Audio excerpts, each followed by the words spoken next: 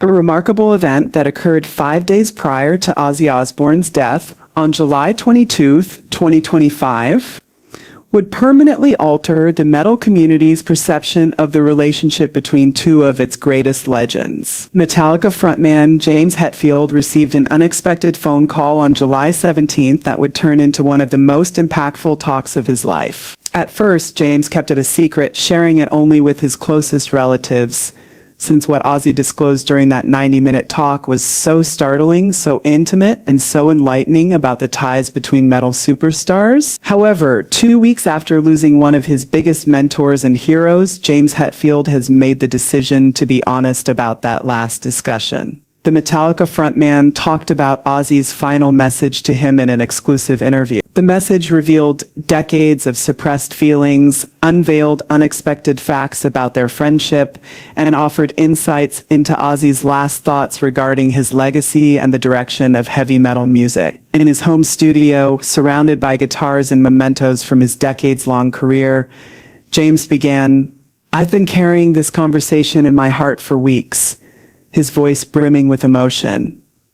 On July 17th, I received an unexpected call from Ozzy. I honestly feared something was wrong when I saw his name on my phone because I hadn't heard from him in months due to his Parkinson's disease. I didn't know he was phoning to deliver one of the best presents I've ever got. His parting reflections on life, music, and a subject that had troubled him for more than 40 years. A seemingly informal conversation between two longtime friends who had known one another for decades opened the phone call. Ozzy seemed clearer and more concentrated than James had heard him in a long time, even with his advanced Parkinson's symptoms and the speech issues that had beset him in recent years. They discussed their family, the present status of heavy metal in 2025, and Metallica's upcoming projects and tour schedule. However, James claims that when Ozzy brought up a topic that neither man had ever explicitly addressed in their lengthy friendship, the discussion took an unexpected and intensely emotional turn. If you're as moved by this startling discovery as we are to share it, please like it to express your support. There are some mythical truths that should be shared. "Oh, James," Ozzy replied abruptly, his tone shifting to one that James had not often heard him use.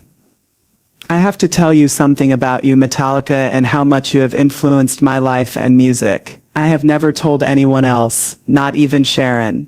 I have to tell you the truth about how you saved my career because I'm running out of time." When James Hetfield chose to make the news public, it shocked the whole metal scene and left him absolutely surprised. Ozzy acknowledged that amid one of the most trying and darkest times of his life, Metallica's music, especially their revolutionary and influential 1986 album Master of Puppets, had practically salvaged his career and rekindled his creative enthusiasm. The most stunning aspect, however, was not only that Ozzy had been inspired by Metallica, it was also how profound and how it had covertly influenced some of his most cherished and highly regarded songs. James disclosed to me that he had been secretly listening to Master Puppets obsessively in 1986 when he was dealing with extreme writer's block and overcoming his personal demons following Randy Rhodes's untimely death in that plane crash in 1982.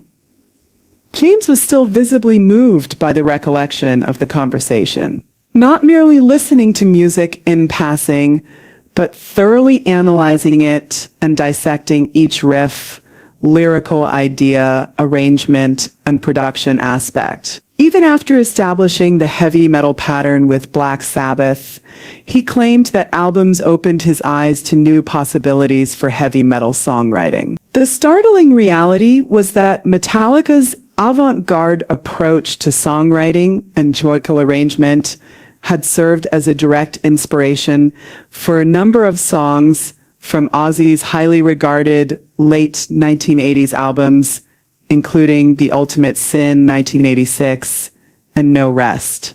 But the Wicked. Ozzy disclosed that even throughout his revolutionary work with Black Sabbath in the 1970s, he had never tried to incorporate intricate tales and emotional depth into heavy metal songs until he spent endless hours studying James's lyrical approaches. James went on, his voice full of wonder at the revelation.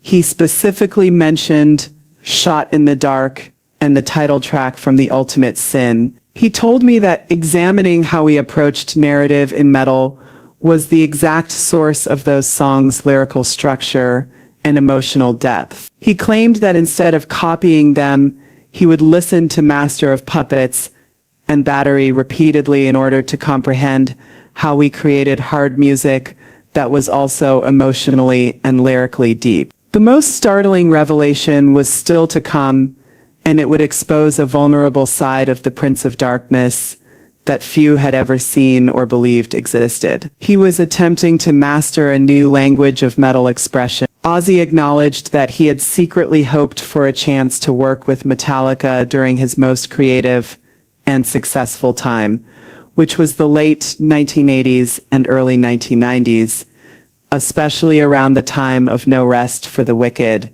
and his masterpiece No More Tears. However, he had been too intimidated by their technical prowess and too proud to acknowledge that he was learning from musicians who were much younger than him and represented a newer generation of metal. James said, his voice cracking slightly with emotion, "I used to fantasize about calling me up and asking if we could write a song together." However, he was certain that we would view him as an outdated dinosaur who couldn't keep up with the progressive elements and technical complexity of thrash metal. He believed that because he didn't play bass like the late great Cliff Burton or guitar like Kirk Hammett, we would reject him or worse, treat him with contempt. Few people had ever witnessed Ozzy Osbourne's extremely vulnerable side, which made this revelation both startling and poignant. The man who, through his work in Black Sabbath, had established the model for the modern metal frontman,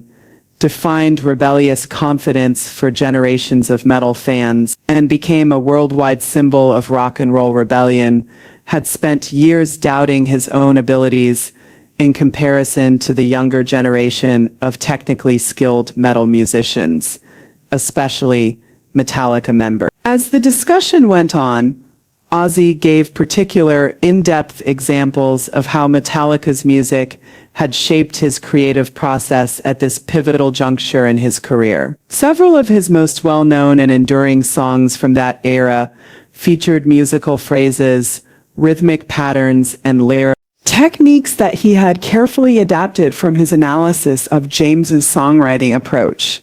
He disclosed, and the conceptual approach behind No Rest for the Wicked had been directly inspired by studying the thematic coherence and narrative structure of Master of Puppets. Still in awe at the care and attention to detail that had gone into Ozzy's confession, James recalls, "He actually played me audio clips over the phone, early versions of songs where you could hear him experimenting with our chord progressions and rhythmic patterns were among the rough recordings and work cassettes he had retained from the late 1980s that demonstrated his creative process." Miracle Man was attempting to apply the exact palm-muted riffing that we frequently employed in our songs in this intriguing demo. It had totally changed the way he approached music.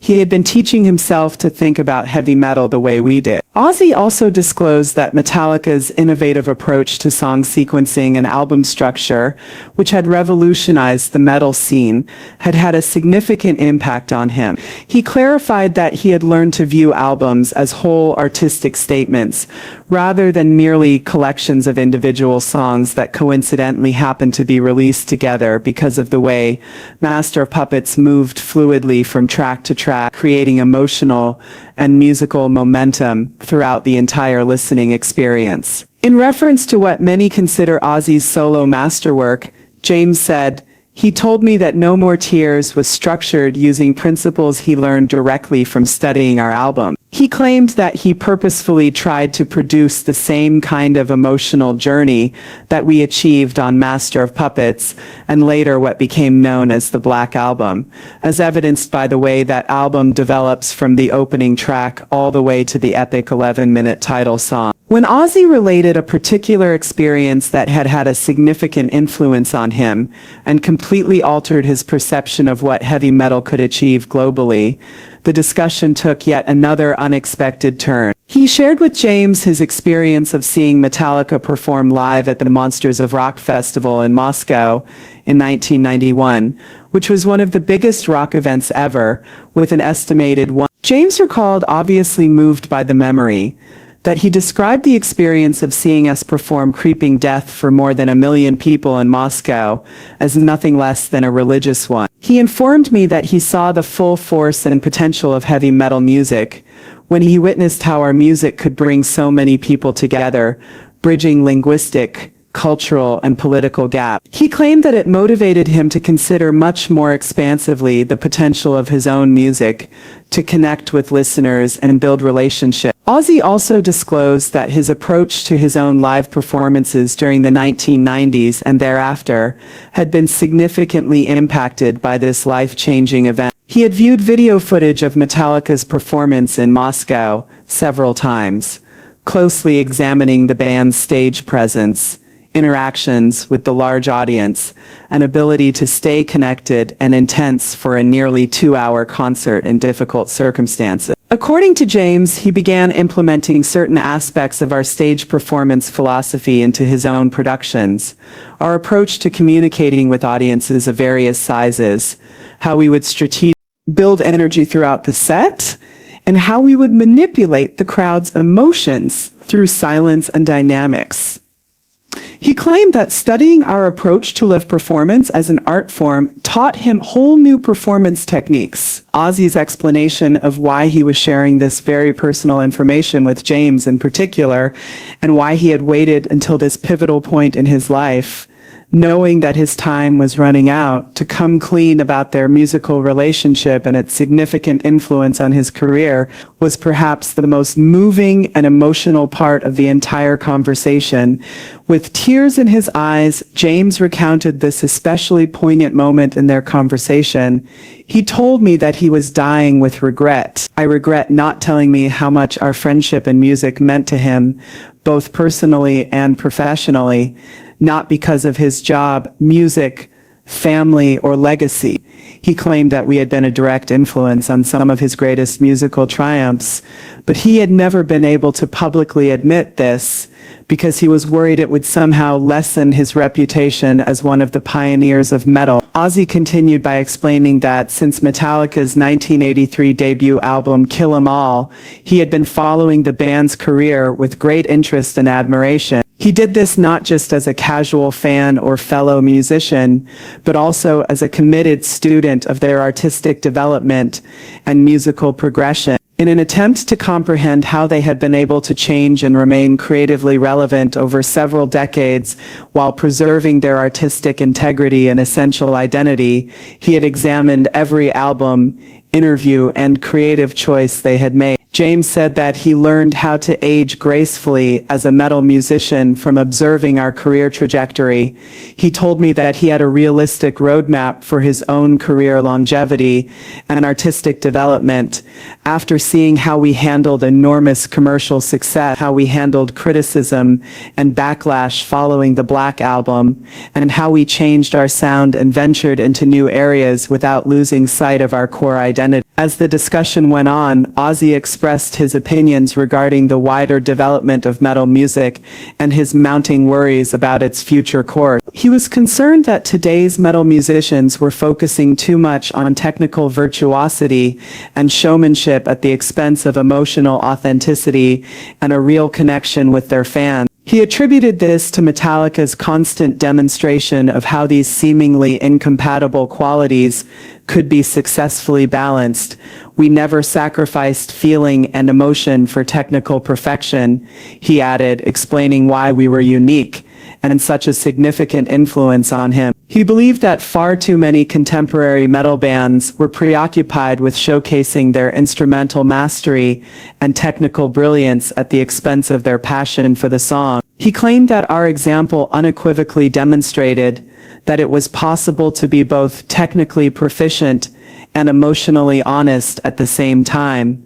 Ozzy went on to disclose that he had been covertly working on a large-scale joint project that he planned to finish before passing away. This project would have united several generations of metal musicians to produce something that had never been done before in the history of the genre. The main goal of this endeavor was to write a song with James Hetfield specifically that would serve as a musical conversation across various metal eras. James, who was obviously thrilled at the breadth and ambition of Ozzy's vision, said that he had been organizing an enormous collaboration album for months, not merely a tribute album or a compilation of covers, but a brand new project that would bring together metal greats from various subgenres and historical periods to collaborate on wholly original songs. He had previously contacted Bruce Dickinson, Rob Halford, Tony Iommi, and a number of other well-known people, but I was the main focus of the project and the person he most wanted to work with. Ozzy disclosed that he had previously composed intricate lyrics for a song that was especially tailored to James's singing style and Metallica's unique musical style. Originally titled Masters of Reality, a reference to Black Sabbath's 1971 album, as well as the idea of various metal craft masters. The song was meant to be a musical conversation between the old and new schools of metal, with Ozzy and James exchanging verses about their divergent views on the genre's development, history, and prospects. In a voice full of praise for Ozzy's ongoing inventiveness, even in his last weeks, James remarked, "He actually read me some of the lyrics over the phone." This very poignant discussion between a founding father of metal and a member of the younger generation on how the music had evolved over the years and what it meant to them both individually was just amazing. It was a celebration of continuity and progress, as well as a musical passing of the torch, as a means of uniting the large family of metal musicians who had impacted and been influenced by one another over the years. The grandiose project was meant to be Ozzy's last significant musical statement. He had seen it as a musical conversation between generations where younger and older metal musicians would learn from one another and produce something that would be impossible for either to do on their own. James, obviously moved by the responsibility entrusted to him, remarked, "He asked me if I would be willing to complete the project in his honor. He had already composed a number of songs, especially for my vocal and Metallica's. He said that creating music with us, even after his death, would be the realization of a goal he had harbored for more than 3 decades but had never had the courage to go after." The most startling part of this disclosure was that Ozzy had intended to utilize this partnership as a platform to openly admit how Metallica and other up-and-coming metal bands influenced his later work. In addition to being a musical collaboration, he hoped the project would be a public admission of the creative partnerships and mutual influences that had influenced current metal music but were rarely openly mentioned. Ozzy also talked about some Metallica tracks that had a special impact on his creative and playing style. He disclosed that the reflective lyrics and emotional openness of Fade to Black had prompted him to delve further into more intimate and reflective subjects in his own ballads, which in turn led to tracks such as Mama I'm Coming Home. He claimed that the song's emotional openness had demonstrated to him that metal musicians could be completely vulnerable without losing their strength or genuineness. James remembered that Fade to Black had a profound impact on his perception of what a metal ballad could be and achieve. He claimed that it demonstrated to him that it was possible to be both heavy and vulnerable at the same time, and that expressing your grief and vulnerability might really strengthen you as an artist rather than make you weaker. It allowed him to be more open about his feelings in his own writing. Ozzy's appreciation and respect for Metallica's ability to reinvent themselves while maintaining their basic identity were also made clear during the talk. He specifically cited the change from Master of Puppets to the Black Album, and how his own decision to experiment with various sounds and production techniques throughout the 1990s was influenced by their successful transition to a more mainstream sound without sacrificing their artistic integrity. James clarified that he was able to experiment with his own sound because he saw us go from pure thrash to more popular success without compromising our creative integrity. He believed that our example demonstrated that you could expand your audience and attain more financial success without alienating your core fan base or straying from the values that first gave your music its significance. However, Ozzy's confession was not the only one. He disclosed that he had spent years methodically recording these musical links and inspirations, constructing what he dubbed a family tree of metal, that charted the ties and reciprocal influences of various musicians throughout the history of the genre. As part of the collaborative effort, he had planned to publish this in-depth study, which would demonstrate how metal music had developed through a complex network of artists who had inspired and learned from one another across stylistic and generational divides. The history of metal was not just individual, he stated. James clarified that artists work alone, obviously enthralled with the breadth of Ozzy's investigation. It was an ongoing dialogue between musicians of all ages, with each artist contributing their own inventions and unique touches while building on the work of their predecessors. In order to demonstrate to audiences the true interconnectedness of our musical community, he wanted to publicly celebrate and make that dialogue apparent. The study included a thorough examination of the ways in which various metal subgenres had impacted one another, tracing links between Black Sabbath and thrash metal, the American metal scene and the new wave of British heavy metal, and several regional metal movements worldwide. In order to create an unprecedented oral history of metal music, Ozzy has interviewed dozens of metal musicians in depth about their influences and creative processes. Beyond simply the musical elements, Ozzy also disclosed specifics about how Metallica's business strategy and industry philosophy had impacted his own career choices. The band's independence, their desire to fight for creative autonomy, their well-documented conflicts with record labels over artistic freedom, and their innovative approach to fan interaction were among the things that he said most impressed him. James claimed that he was motivated to take charge of his own career after witnessing us challenge the music industry and defend our creative vision. He believed that our example demonstrated that metal musicians might succeed commercially without sacrificing their vision or agreeing to unfavorable terms. We demonstrated to him that it was possible to be both independently creative and commercially successful. As the call came to an end, Ozzy made a specific, very personal request that James at first found hard to comply with. After James passed away, Ozzy urged him to make their entire chat public, even though it exposed weaknesses and fears that Ozzy had painstakingly concealed from the world for decades. James, who was obviously moved by the burden that Ozzy had placed on him, disclosed that he wanted metal fans to realize that even their heroes have heroes. He wanted people to understand that learning from others was a sign of strength rather than weakness, and that vulnerability and confidence could coexist. He believed that by sharing his tale, other musicians could be encouraged to be more forthcoming about their sources of inspiration and their creative processes. Ozzy also disclosed that his deteriorating health had kept him from finishing a thorough memoir that would have concentrated on these unseen influences and connections throughout his career.